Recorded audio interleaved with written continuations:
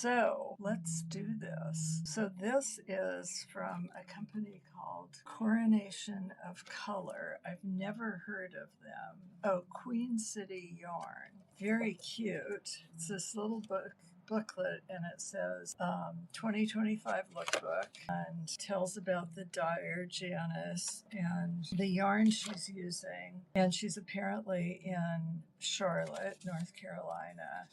And here's her colorways. So I'm seeing all of this for the first time too. It's non-superwash. The yarn is called Lotta, and she has lots of garments and designs. And then she's got other bases. This one looks like Surrey alpaca and 25% silk. That's pretty. And then she sent a couple of, what do they call these, bobbins with yarn on it. I will be knitting that up. So the first one is the Lotta, which is a non-superwash merino rambouillet. The next one is called Coleman, and it's 35% linen and 65% silk.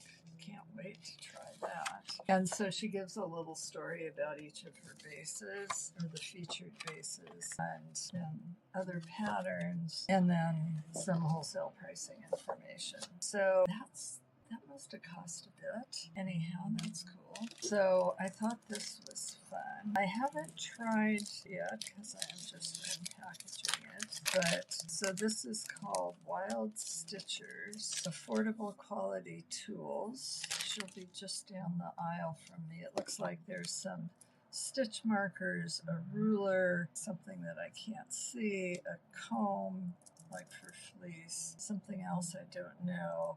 And there's this little gauger. So what I want to try is, let's see. I have mostly Addy needles. And so, they're sized just a little differently. So the one I grabbed, this is funny, which of course has an incredibly long cable and nothing ever gets put away. So it's just hanging on a hook.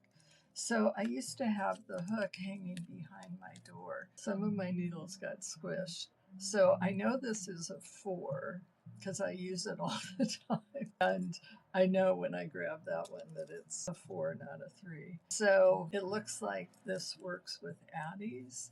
So I like that. That's cute. I'm always looking for a needle sizer. And then she's got some other things that I can't quite identify from the picture, but I am going to check her out. And she looks remarkably like this other gal, so I can report on that. So I'm going to get rid of this one, which is, I understand why people put these things up this way, but it's kind of it's too big for, I'm not interested in placing an order. So she's got her price list, and it's actually 2 gals, and it's called Gems Looks Fibers, and they're in Mississippi. I know they've been in Indian Tangled before. So this is called Jet. Am I reading this right? Yeah, Jet Yak.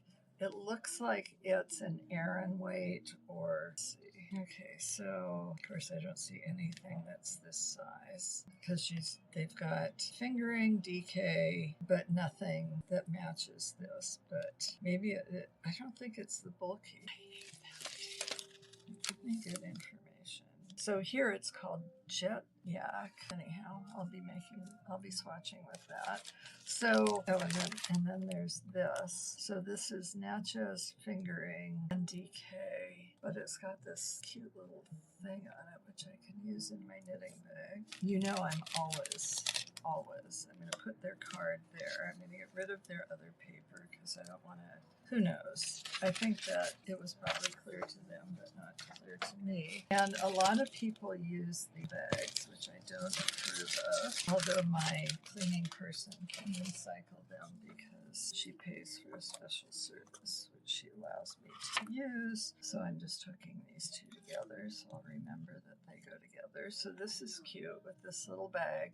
I love little bags like this, but I have no use for them. So they end up like drifting around because I think, oh, well, I can't throw that away. I will be able to, when I wind the skein and it's well knotted, put the little skein in and work out of that. So, oh, hey, Cynthia. So this is single, it looks like, fingering weight. That's all it says. It doesn't say that it's a single, it just says that it's fingering and superwash merino, and that it was dyed in Ireland. Townhouse yarns. So very cute. I love this color.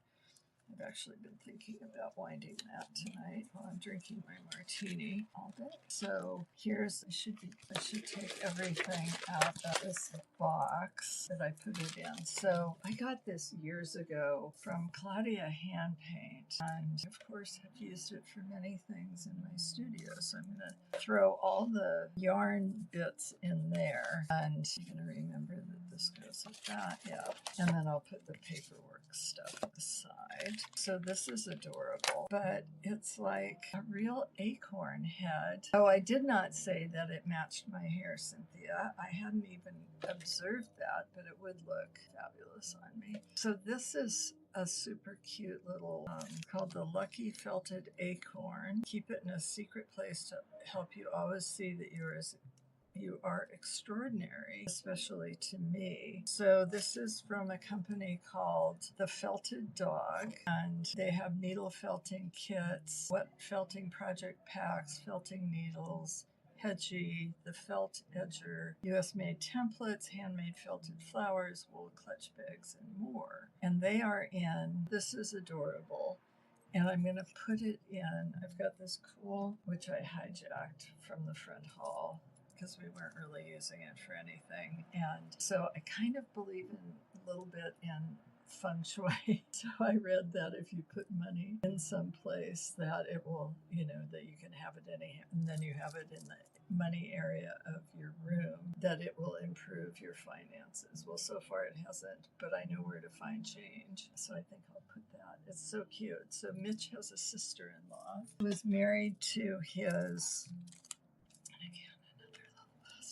older brother, and his older brother left trusts that Mitch has been managing for a million years. And so he and Charlotte are always in touch. And in the early years when she was a widow, she would send us gifts. And so that felted. She has great taste and goes to like craft fairs in the Midwest. So she's always sent good things. But thank God we quit doing that because I have no room for tchotchkes. So this is fingering weight superwash and nylon, and it's from the Road Trip Sock Yarn. I think I've seen them before. TNNA. I love spotted yarn, not particularly my color, but I will swatch it up. And so this one, and there's a little sticker that goes with it. It's called Sea Change and SEA Change Fibers. And I talked to this gal at our local fiber thing. I think it's in August. And I bought some of her yarn, which I still have not done anything with, but I know exactly what I'm going to make out of it. So this is fingering in Falklands Merino. And I liked the way she dyed in her colors. So let's see, does this card say where she's going to be? These are all in the, what's the word? I can't read and talk at the same time. And I'm not seeing her here. Anyhow, they're all in the India Tangled, so I will be swatching that. This, the gal has been in every year. I think she's a nurse or something, and she did this during the pandemic. So they're called stitch balms, and you just like rub it on your hands, and then as you're knitting, it kind of gives off that scent and puts a tiny bit, but not an overwhelming amount, into your yarn. And so this one is called Calm. I have several of these because I've been to several H&H's. Here's something kind of, this is from Lemon Wood, so I'm assuming they sell wood items. Let's see what's in here. Find hidden objects. It's a game, I guess. So this, a nice little project bag. Again, a little small, but I'll use it for yarn. So it's small batch tools, handmade in Arizona. And so this is, okay, so you've got this piece and then this disc, and you do that and you can hang it. Oh, it's even got this. You can put your ball of yarn on it. Should have a ball like that and wear it on your wrist. But these never work for me because I pull from the inside. I hate pulling from the outside. But this is very cute, and maybe I'll mail it to somebody at some point because that's something I will never use. This I might use. Here's more yarn. This is called Lovejoy Fiber and Knits from Salt Lake, Utah. And this is micro sock, merino, and nylon. I was just doing a quick calculation. There's 10 grams and 46 yards, so it's a 460 yard skein. And again, love those little spots on the white, so I'll have fun with that. Lucky Jonquil. I can't remember what this gal did. Maybe she was a designer. Lucky Jonquil, she does now embroidery kits and storage options. And I'm peeling off this sticky rubber cement stuff, which I hate. And so I can't remember what her name is, but I always look forward to seeing her. So again, a really nice packaging. And this is stitchable wood, so you can create that, do the stitches, and I guess put it on your keys or something. But there's a little tutorial, and there's a little something so you can cover up the back. That's a really cute idea. About as much stitching as I usually want to do. I want to stitch, but I don't like stitching that much. But I did tackle, I have this great top, I think I told you about it, that I've spilled on, and so I have to cover up the oil spots. Hap B Creative Studios. Tools help reflect your personality. They mix of humor to brighten the crafting process. So let's see what this is. So a couple of really cute little stitch markers. I hate those kind of stitch markers, but I have lots of them because people love them. And then this has, what does this say? Oh, that's just their name. I guess it's a 2-inch ruler, which would be handy to have. Nothing wrong with that. So let's see, I'm trying to separate things into what I'm going to knit, which is really all I care about, and other stuff that people give me. I still have things from past TNNAs, and I should just throw them into mail to people. So anyhow, I'll be looking to see what else they have. And here's another, let's see if there's an easy way to open this. Oh, there we go. So I totally get why people use this kind of packaging.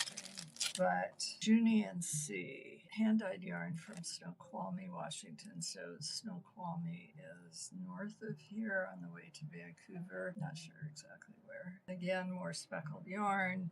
I think we're seeing a trend here. It is, they don't say. I think it's, they give you a QR code so you can probably find out at their website. But, so they don't have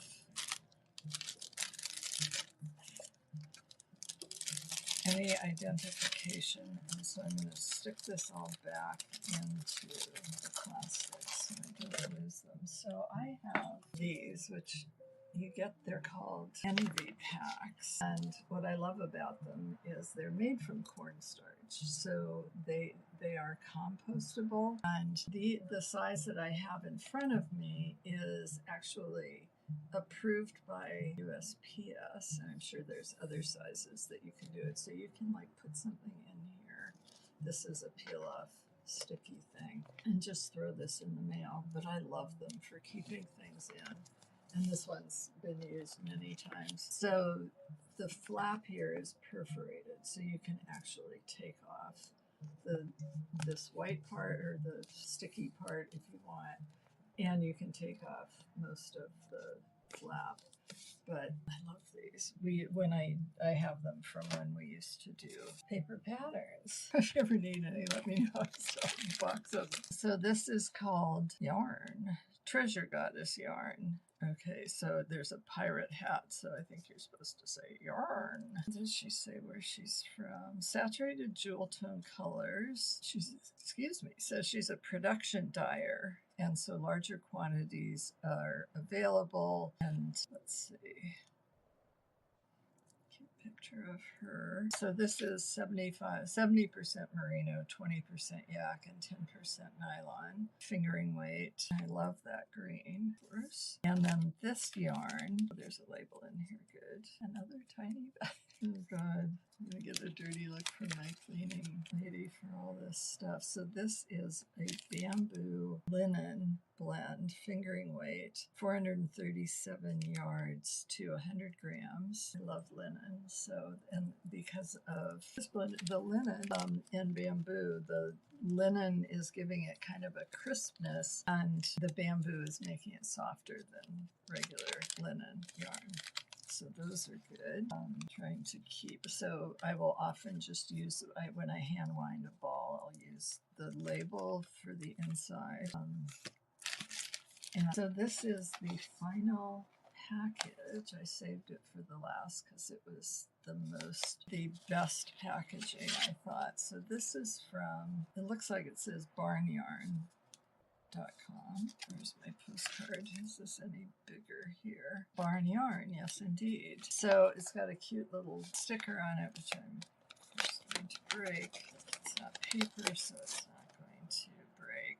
And this cute little box. Oh, this was something that was knitted, but it's like a textured yarn. Love that. Hate to knit with things like that, but it's called Feeling Berry Glam. Great color, great name. Superwash and nylon. So 38 yards in 8 grams. I can't do that math in my head quickly enough, but very excited to try that out. So it looks like it may split a little bit, which for those of us who don't look when you're knitting, that can be troublesome. This is another sock weight, 75 merino and 25%, so 5 times whatever 87 is. You can tell I've had a long day. I can't do mental math. So again, a beautiful color. I'm hoping that seeing this color means that purples are coming in. And then, this is like my classic color. I love this. And it is also, this is worsted. It's non-superwash merino. And this is 25 grams, 43 yards. That's all. Okay, so, and this little box I am going to use to take some pens and things to an H, so that'll give me a way to corral those. So what am I going to do with that? You never know. So that is India Entangled. I found these. Oh, I know what, I was like, are these from last year? This was actually in the box because I am in the Indian Tangled booth, and so there's a QR code which goes someplace. Oh, to the horizontal best art calculator. So I also found some extras that have been sent. Oh, one more thing. So this is from Pacific Knit Company, and so this is Colorworks, and it says Demo Doodle Deck. Let's see, how do you use Doodle with you? Choose your chart. Okay, so there's a chart that looks kind of like a mushroom. And choose your pattern. So there's a couple of cowl patterns in here. So, and start knitting. Okay, so some are like that. I don't know how you're supposed to, well, like this. Okay, read the instructions. So it looks like so there's some basic geometrics. Then these are summer, and then we go into autumn and winter. So this is a reindeer. So that's pretty cute. I don't know what, I of course have no use for that. But what a great idea for people who kind of know what they want to do and are just looking for a little inspiration or an easy something to do. So that'll get mailed out to somebody someday when I have nothing better to do. So I think I have like a dozen yarns here to swatch. These will all be swatched ASAP. Is that? Yeah, just makeup from my glasses sliding down my face. What time is it? 4:49. Don't have much time to talk about the pattern tailor. I will post my swatches because, I love to swatch. And I'm working on putting together summer design camp. And what got me thinking about doing that was I was contacted by some homeschooling mother. I think her name is Fran, but You know, it's just like this thing popped up in my email, no identification, nothing. Just, will you teach my daughter how to design a sweater? She was a little horrified when she found out what I would charge for it. And I said, if you want to talk to other homeschoolers and put together a group, you can get a decidedly better rate. Yeah, so I think those cards would be great if I didn't know what I was going to do, but I always know what I'm going to do. So I've been kind of trying to find some easy stitches that I can introduce people to using in design. So my favorite right now is double seed stitch, which is seed stitch the same over 2 rows. So knit one, purl one, knit one, purl one, and then you do the same going back, and then you switch. And I'm loving it for texture and showing off these beautiful hand paint dies because they look like crap in stockinette. And garter is often just a little too blah. And I love seed stitch, but people don't like to knit it. I don't think they're probably going to like knitting double seed stitch either. I'm a continental knitter. I don't have to look at my knitting. I am happy doing something where I have to switch every stitch. Doesn't bother me at all. I don't like so much doing moss stitch. And those names are all just like screwed up. So there's seed stitch, double seed, and moss. But depending upon who you talk to, they may be different. So moss is 4x4, and I don't like doing it as much. That rhythm doesn't work for me as easily, which is half the battle when you're knitting, is just finding things that your hands enjoy working. So then I've got a couple of other things but they're all 6-stitch patterns that I've done many times before. So what I like to do is to find something that I know is really reliable to teach people how to do something they don't already know how to do. So I'm just looking. No, that isn't the one. So I found this one, which I absolutely adore, but it's a slip stitch cable, and you cable over 3 center stitches. It's kind of a bitch to do. So we won't be using that, but I may use it. And so anyhow, back to design camp, I thought, wouldn't it be fun to just take a tank top that I already have the pattern for and use it to introduce design concepts and how you make design decisions and how you find the right fabric for your yarn, etc. And then I've got get this without bringing the house down. So I have my half-size dress forms. So she's a size 10, or basically a size 10. She has removable arms. This is half-size cowl that I did using yarn from H&H a couple of years ago. And so this is my basic tank top. And so pretty easy, but depending upon which stitch you use, and you can put a panel down the front, you can put a panel down the side, but it's pretty straightforward. This one, because I don't have to take your arms off because they've got pins that are dangerous, I don't need to have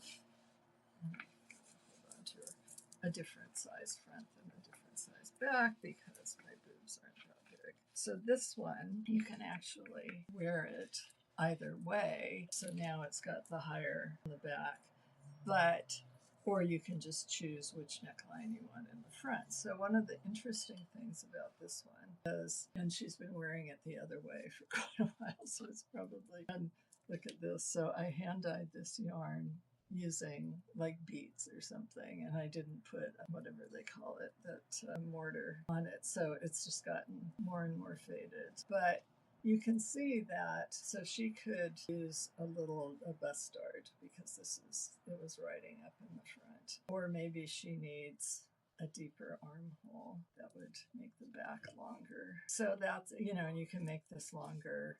You can put in shaping if you want. It's one that I always have people put a panel down the front, and then you can put shaping along the panel, and you don't have to do any vertical shaping or side seam shaping to get it to come in a little bit. So then I get an email from this mom again whose name I have no recollection of. What I think she told me at one point it was Fran or Ruth or something. But she talks to me like she's talking to her kid, which I really don't like because I'm an old lady now. So, there's never any, hi, how are you? It's just like, well, Hannah wants to do this. And we've already been around the block about how much I charge. And I am just about ready to cut her and Hannah loose. So we'll see how they reply to my latest email, which was, I understand that Hannah wants to design her own sweater, but you can't just do that in 4 weeks, which is all she can afford to pay me. So anyhow, we'll see. I suspect they're on Easter break. I don't know. So I planned this whole class for Hannah, and then I was thinking, well, I think this would be really fun for any knitter who wants to try their hand at designing. You can use my pattern, so all you have to do is, so what do you mean, Cynthia, for Hannah? So the thing is that she doesn't know anything. So I got to teach her everything. And so I can't just like have her give me a pattern and say, I want to make this with, roses on the front or whatever she wants to do. I can help her do that, but she needs to practice on something else. So she's going to practice on what I want her to practice on because I'm the one who's an expert. And I don't care whether I teach Hannah or not. I would love to do it. I think it would be really a lot of fun. But seriously, you don't really want to pay me, and then you're going to tell me how to do it. No. So I'm going to do it online on Zoom for anyone who wants to try it out. And so my idea is that you will practice on this small half-size sweater, and then you can apply the design concepts once you've figured out what you want to do to any fucking pattern you want to. So I think it's time for me to go figure out the problem I'm having in Excel and call it a day. But people assume that designing is really simple and that what I know is something that they can apparently learn in a month. This is not the case, and hats off to you if you want to try it, but it ends up being a little more complicated than people think. So I will have 3 summer camp sessions of a month each, and to take you further and further into the process. So I will take any level of experience. So, if this is like the first garment you're going to do, if you're a teenager, but you have to be polite to me, somebody who thinks they maybe want to be a designer and wants me to hold their hand a little bit, this will be a great opportunity because it will be short and sweet, and you don't have to do all 3 sessions. You can do 1 or any combination of them and give you a taste of what I do. So I can hardly wait to get to my knitting, but first I have to solve this Excel problem. So one of the things in the pattern tailor is I have to anticipate every possible scenario and address it so that the calculator works for anything that anybody puts in. And so what I have been running up against is if you choose not to have me calculate how much yarn you need in this particular application, which you don't have to do, it zeroes everything out, and then I've got something that multiplies by one of those zeros, and you can't do that. So then I have to write a logic statement that says, if it's greater than 0, do this. If it's equal to 0, then put 0 in. And just so that I can avoid multiplying by a 0. So as soon as I do that, it fixes everything. But Jesus, we've had a hard time finding that particular error because whenever I put information into the pattern tailor, because I'm crazy, I always put all the information that they asked for. It didn't occur to me to leave things. There are some optional things that you don't, and it didn't ever occur to me to leave those blank. So now it has occurred to me because that's what my knitter is doing. And I can easily solve it once I have the problem, but I just could not figure out why I was getting these errors. And then she's actually in Britain, so we're on completely different schedules. And so we have like an hour of overlap or 2 hours of overlap in the morning. and then she goes to bed. So this has taken quite a while, and I'm really excited that I finally figured out what it is. And although I'm not that great at writing logic statements, I figured this one out pretty easily. So have a great weekend. I hope your weather is going to be better than ours is going to be. I don't care because I don't like run Easter egg hunts, and I'm not wearing a pretty Easter dress. But if that's in your cards, I hope you have good weather for it. So have a good weekend, and I'll see you next time.